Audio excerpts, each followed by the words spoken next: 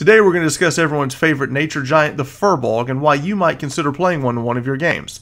We're going to give you some RP tips, some build ideas, and finally, if you like this kind of content, be sure to like, subscribe to the channel, and now let's dive in with Rolling with Advantage.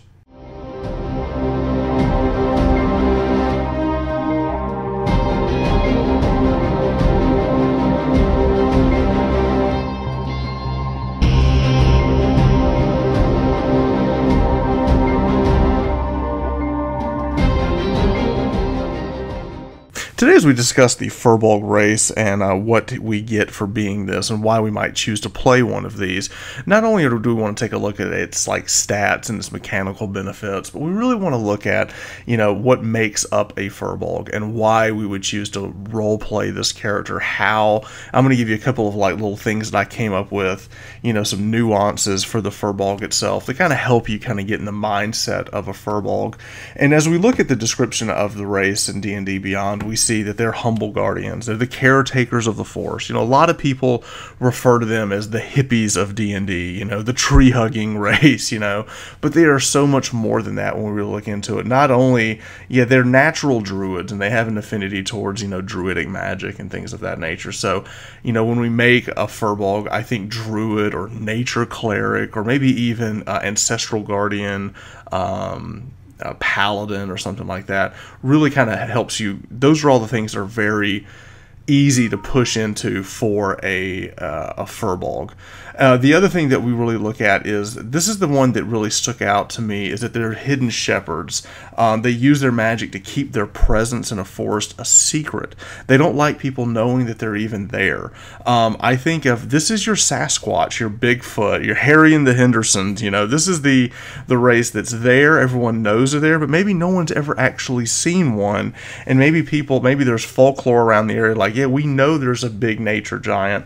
We don't know, who he is or what he's about, but we've seen his footprints or something of that nature. Those are all fun things that we could do to kind of help get in the spirit of playing a Firbolg. One of the other things that I saw in here is that, during an abundant summer, they'll actually, gather food like a squirrel for the winter. They actually, will plan for, winter. So maybe he's learned some of his habits and things from animals. Like, maybe does he eat like a squirrel? I think that would be kind of a funny way to role play. You've got to think, maybe he picked up his mannerisms from watching animals and birds or bears or squirrels or rabbits or something like that. I think that would be kind of an interesting way to get into the mindset of playing a Firbolg. One thing it does say here, they're outcast adventurers. We're really going to have to work hard on finding a motivation for a Firbolg to be with an adventuring party, to leave their forest. Of course, maybe something horrific happened to their wood and they're angry about it. They're forced to leave. Maybe they caused that to happen. Maybe they accidentally killed some sacred animal. Maybe they accidentally burned the forest down. Something, of that nature. But then it also says that sometimes a rare Firbolg may be entrusted by their clan on an important mission that takes them beyond their homes. But even if all of this we put together, I still think we need to come back to hidden shepherds. So today, as I talk about the Firbolg, as we're going to build a Firbolg, I want it to be based on this idea, these hidden giants that no one maybe has seen. They're hard to find. And I like the idea of thinking about Bigfoot. Like, people know they're there, maybe, but no one's ever actually seen one. Everyone knows a guy who's seen one, kind of thing. So let's take that idea. Now, as we scroll through, we can take a look at the traits itself. You get +2 wisdom for being a Firbolg, which naturally is going to push us towards druid. It's going to a cleric, maybe a monk would do well. Strength +1, again, cleric works well with that. If you're going to do some type of melee druid build, circle of spores type of thing, that could work as well. I have a friend of mine who's playing a Firbolg paladin and doing with the whole nature Oath of the Ancients type of thing. It works really, really well. We're enjoying that. Age, alignment, size. Age and alignment kind of normal. Size we go into, they're huge. They're between 7 and 8 feet tall. They're massive. And I love the idea of this giant, this gentle giant who's also extremely stealthy and hard to find. I think that's hilarious. Firbolg magic, they can cast Detect Magic and Disguise Self with the trait. It uses their Wisdom ability as that, but they can use it each way, basically one or the other once a day. Actually, no, per short rest, so that's pretty awesome. Disguise Self, you can change it to where he's 3 feet shorter. So the idea is that he could have been around, he could have gone into the villages, he could hear what people are saying about him, and he's been there, because it lasts for an hour. He kind of scout out civilization, decides it's really not for him, and then head back to the wood. I think that could be interesting. Hidden Step is the ability that I think is amazing, and one of the reasons I would want to play a Firbolg is as a bonus action you can magically turn invisible. So if you were in combat, you could just do this, you could attack, you could use this as a bonus action, and bam, you're not there anymore. So now anyone trying to attack you back is going to have a very difficult time because you're invisible. Also, your next attack you would have with advantage because you're attacking from being invisible.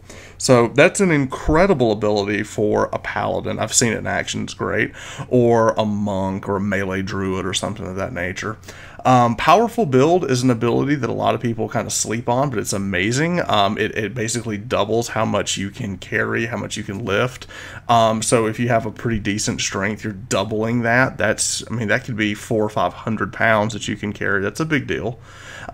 Speech of Beast and Leaf, you can talk to animals and plants. You can kind of, they can understand you. Maybe you can't really have no ability to understand them back, but I think it'd be pretty cool to kind of key this with like animal handling or something of that nature. Good roleplay aspect, and it's something we would expect to see with the Firbolg. So as I go in and I look at my build here, so what we did is, of course, I picked a Firbolg. We already talked about what I get for him. Now, the class that I wanted to play, I like the idea of playing a monk. The idea of playing a melee monk Firbolg is interesting to me. One, we get to use that big wisdom bonus that we have. But the other thing is that as we go through, we take a look at, the Shadow Monk, which I think would be very interesting. So the way I would build this is the first 6 levels, I would go straight into Shadow Monk. For proficiencies, I chose, we'll choose Acrobatics since we'll have a higher dexterity, Stealth, and Bagpipes. I don't know. You pick whatever you want. Tell you what, we'll do Alchemist Supplies. I have an idea here. So we're going to do Acrobatics, Stealth, Alchemist Supplies. Of course, Unarmored Defense means, we need to have a good dex and wisdom modifier to give it. We're not going to be wearing armor. He's a nature guy. He doesn't do that. Unarmored movement. Now, here's the thing that's interesting. So he's really big, but he also can move really fast. So maybe he just has a longer stride. So maybe when you're role-playing, it's not necessarily that he's moving extremely quicker. He's just got a bigger stride. I think that'd be an interesting way I could wrap my head around that. Now, Shadow Arts, what this is going to allow us to do is that we can cast Pass Without Trace, which I think is perfect if we're going to be going with the whole, Sasquatch, Bigfoot, he's there, then he's not. I also like the fact that he can cast Darkness, he can cast Silence, he can cast Minor Illusion to kind of throw people off his trail. All of these things to me fit up perfectly with this idea of this Hidden Shepherd. So I love the idea of a Firbolg Shadow Monk. For ability score improvement at level 4, we're going to take 2 points into Dexterity. And then, of course, we're going to take this all the way up to level 6 because we want to get that Shadow Step ability. We want to be able to, basically teleport from shadow to shadow. The whole idea of this is that you think he's there, and he's not. He's gone. Now, we're going to pause here, and we're going to take a look at abilities. How I put my abilities under point by is 10 in Strength, 14 in Dex. Now, we're going to be pumping that up with our ASIs as we go. We saw at level 4. We're going to take that from 14 to 16. Constitution 14. We're a melee class. We want to have some decent hit points. Intelligence, don't need it. So we can make that our dump stat. Wisdom 14. We're going to get another 2 points for being a Firbolg. That puts us at 18. And then Charisma 12 just to kind of round out the character. Now, to go back over to class after we take our 6 levels of Monk, we're going to take 3 levels into Gloomstalker Ranger, because I really want to double down on the whole striking from the shadows idea. Now for this proficiency, we're going to pick up Animal Handling, because it goes in line with everything that we're wanting to do. Favorite enemy, this is totally up to your game, what's going on. I picked Undead, and you pick a language, Draconic, whatever. Natural Explorer, again, match your game. I pick Forest as a default, but if your game is in the mountains, then pick Mountain. So whichever place you're from and the game is set, pick that one. Fighting style, we're going to go with 2-weapon fighting. This is going to allow for using short swords to be able to use our ability modifier for damage on that second attack. It's a big one. It's a good one to have. And a Ranger archetype, again, we're going to go with the Gloomstalker. The reason that we want to do this is the idea is that we get Dread Ambusher. So you give yourself a bonus to your initiative rolls equal to your wisdom modifier. So we're already going to have a high dex, and we're going to have a really high wisdom. So our plus to initiative is going to be insane. And at the start of each turn of combat, I can walk even faster. That does stack, so I can be running instead of 40 feet, 50 feet. And if I take the attack action, I can actually get an additional weapon attack as part of that action. So he actually can, it really pairs well with the whole flurry of blows idea, this Dread Ambusher thing. So you can really do some pretty big alpha strikes, which can be pretty fun. Umbral Sight, again, this allows me to extend my dark vision that I have. The other thing that allows me to do is that while I'm in darkness, I'm completely invisible to creatures. Again, this really goes with that Sasquatch, Bigfoot, you know, where is he kind of thing. So this is the combo, and of course this is, you know, it's fun all the way up, but you know, really level 9 is where you just kind of go completely off.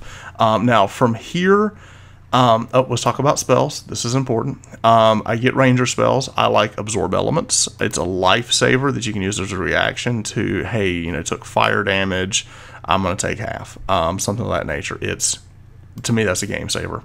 Fog Cloud just goes with what we're trying to do. And Hunter's Mark is huge for anyone with dual wielding, particularly a monk. Hunter's Mark is amazing. So that is how I would build this. That's my first 9 levels for background. I chose Hermit. Again, this kind of goes with the whole idea of a Firbolg kind of living out by himself, picks up medicine and religion, but it also gets herbalism kits. So now I have herbalism and I also have alchemy. So this would be your person who can make potions. Makes a lot of sense. You know, he knows about the wild. Now, the only issue that I have with this build is I don't have survival.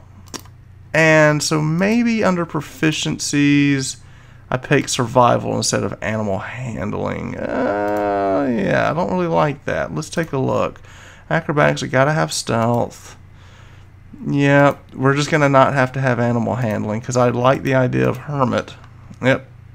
Maybe you could pick a different background, but this is the one I like because I like having herbalism and alchemy. I like this background. Sylvan for my language. So let's take a look at the level 9 version of this. Okay, so acrobatics, skill, medicine, religion, stealth, survival, all this is pretty solid. Now, AC is 16, which is, you know, nothing terrible. Now, this is no items whatsoever. I'm hoping by level 9 you've got some magic items to buff this up a little, Cloak of Protection or something like that. You're going to be moving pretty quickly. Now, 45 feet as a monk, that's not counting your extra 10 feet you get on the Gloomstalker ability, so you're going to be flying around the battleground. Huge bonus to initiative, +6. I think this will be a lot of fun. It is a very roguey style play, but I don't feel that a Firbolg rogue fits in my mind. I like the idea of him being a monk, not a rogue. I don't know, that's just me. So this is how I would play a Firbolg. Again, I like Firbolgs as a nature cleric. Any druid I think is fun. I also really like the idea of playing him as an Oath of Ancients paladin. I think that's really neat. So there's a lot of cool ideas we can do with Firbolg. I love the idea that they can turn invisible as a bonus action. I think that's a really neat ability. So this is my idea. So how have you played a Firbolg? Have you seen one played? Have you played one differently?